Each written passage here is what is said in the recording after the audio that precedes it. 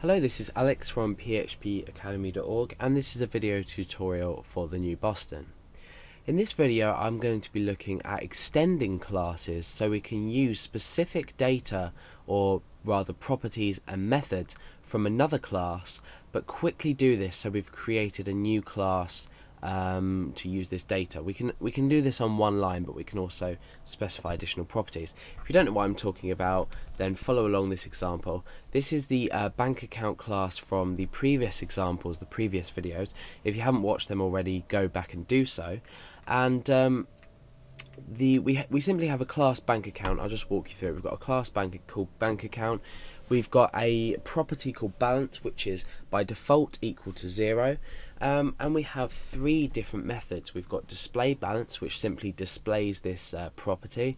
We have a method called withdraw, which withdraws a certain amount of money. And we have a method called deposit, which puts in a certain amount of money, so deposits a certain amount of money.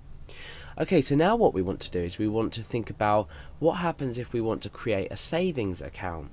Now, the sort of first way of thinking about this would be to maybe copy this, come down here, paste it in, and just change everything around. So instead of class bank account, we can call it class savings account. The balance we can keep, the display balance we can keep, the withdrawal we can keep, and the deposit we can keep as well. So what we've essentially done is created a new class called savings account, but with exactly the same properties and methods of our bank account up here. Now, by doing this, we've duplicated code, and the point of object-oriented programming is that you can reuse classes, but call them different names, and you can add different properties, but keep certain aspects of your other class. So we do this using extends. You notice now I've deleted the duplication of this bank account class. What we're going to do now is we're going to create a new class, but we're going to do exactly what we just did by copying and pasting, but with one line. So let's go class savings account. Now this time, before we do this like this, all we do is we say extends, and then we give the name of the class that we want to extend into this savings account. So we're extending this bank account class to this class called savings account. So we just type bank account, and that's it. That's all you need to do. Inside here you can specify additional properties, but as of now this savings account has all the properties and methods of our bank account class. So we've got a public balance and public methods here, which we can use within our savings account. So let's just go ahead and test this.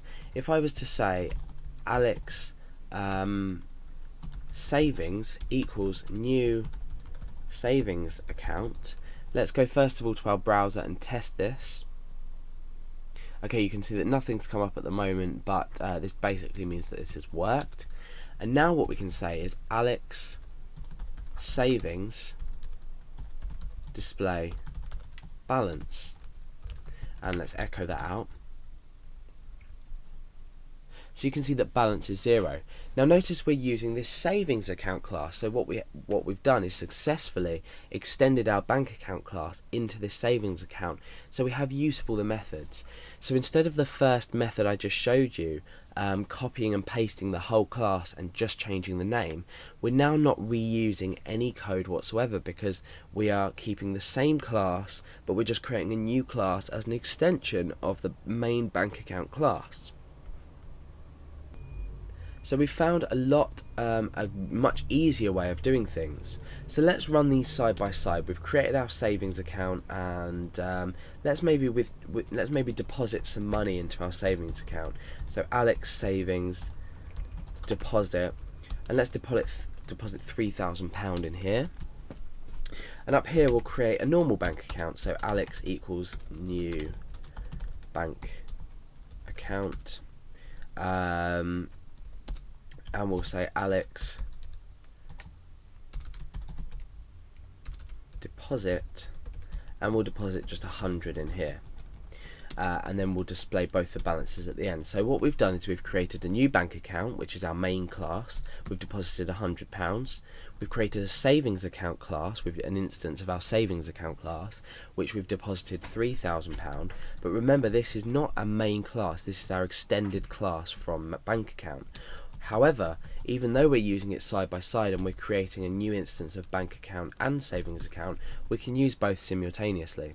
So now what I can do is say echo Alex display balance, and we can put a line break on there just so we can keep things neat, and then we can say echo Alex savings, which is our savings extended class.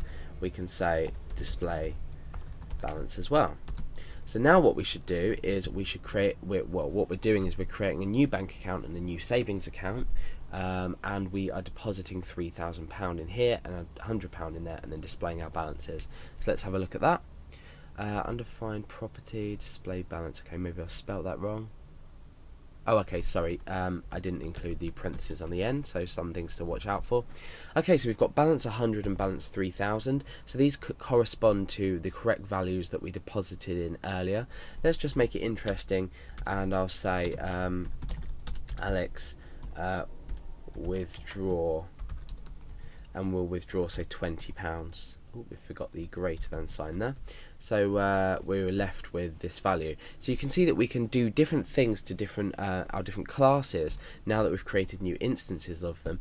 Even though we haven't put anything in here, we've extended so we can use the methods and properties inside. But what we can also do, more interestingly, is we can specify additional properties that we want now inside our savings account, and we can do the same with methods as well. So we can specify additional methods and additional properties inside this savings account class.